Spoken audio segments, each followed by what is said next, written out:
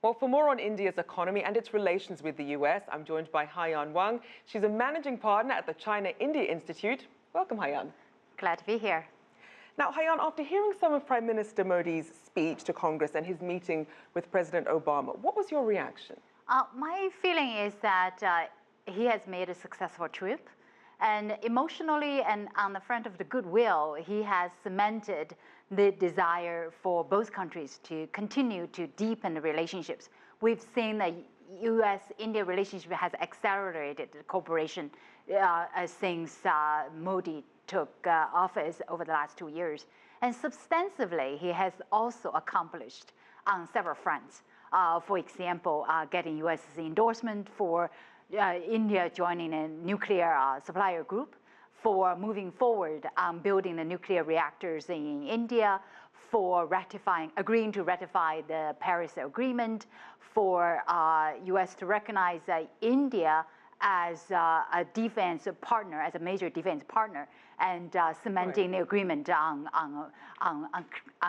collaboration on renewable energy. So I think that both substantively and from a goodwill standpoint, he made good progress on this trip. So it certainly seems like he's covered a lot of ground. Oh, absolutely, yes. Now, one thing people tend to do is compare the U.S.-India relationship with the U.S.-China relationship. How do you think those stack up? I don't think we should compare. I think that the development of bilateral relationships amongst any of those pairs are not exclusive to each other. And because if we see it from a long-term horizon, say from 2030, 2035 time horizon, those three countries will be the largest economies. Those three would be amongst the top military powers. And already the three are the biggest emitters. So on any of the global issues, whether it's economic growth, whether it's prosperity, whether it's elimination of poverty, or climate change, security, renewable energy, on all of those major issues, the world needs the three to cooperate. I think that so more so instead of looking at it as competitive, exactly. Kind of I think that I do see the common interests dominate. We need not just nitpicking the differences and the conflicts and let that blindsided us to say, okay, we should not see the bigger issues. On the bigger issues, they see eye to eye amongst all three. Now you've mentioned a lot of these common goals, but what about ease of doing business? What is it like for U.S. companies who are choosing to do business? What are some of the strengths that India offers? I think that one of the reasons why India is becoming such an attractive place for all multinational business to go is not only because of the fast economic growth, but also India is improving its investment environment. Macroeconomic market growth is hugely attractive, and the government is reducing its bureaucracy, reducing red tape.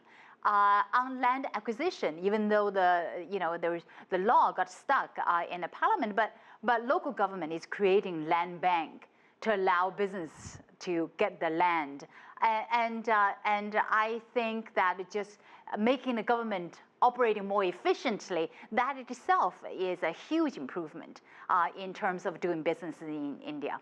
Now, one thing some people are seeing as not so much of an improvement, more of a step back, is the immigration and the H-1B visa policy that the U.S. has enacted. There are now more expensive visas, there are more quotas, there's more rejection when people apply. How are Indian businesses reacting to that? And they don't like it. In fact, India has taken the case to WTO and filed a complaint about that discrimination of increasing H-1B visa, particularly that hurts the outsourcing industries of India's IT companies. And I think that on that front, the U.S. needs to recognize that improving the services trade is good for U.S. and good for India. It's not resolved immediately, but hopefully down the line but that is a marginal issue. I don't think it is top of the agenda. Now, one of the things that we also need to look at is obviously we're going to have a new administration in the U.S. coming up. How are Indian businesses adapting strategy-wise with having this uncertainty about who's going to be the next president? It is an uncertainty. It is an uncertainty on multiple fronts. We don't know on the foreign policy front whether the new government is going to be more open-minded, embracing foreign markets more, or taking a more protectionist attitude geopolitically, we don't know how the next government's policy all stands regarding China versus India. My feeling is that the next administration might be a bit tougher on China and might be a warming up to India a little bit more, seeing India as a counterbalance to the rise of China. And we could see that geopolitical play. Well, it's definitely something we'll be keeping an eye on. Yes. Thank you very much, Haiyan Wang, Managing Partner at the China-India Institute. Thanks again. If you like what you just saw, follow us on social media and visit our website, cctv-america.com.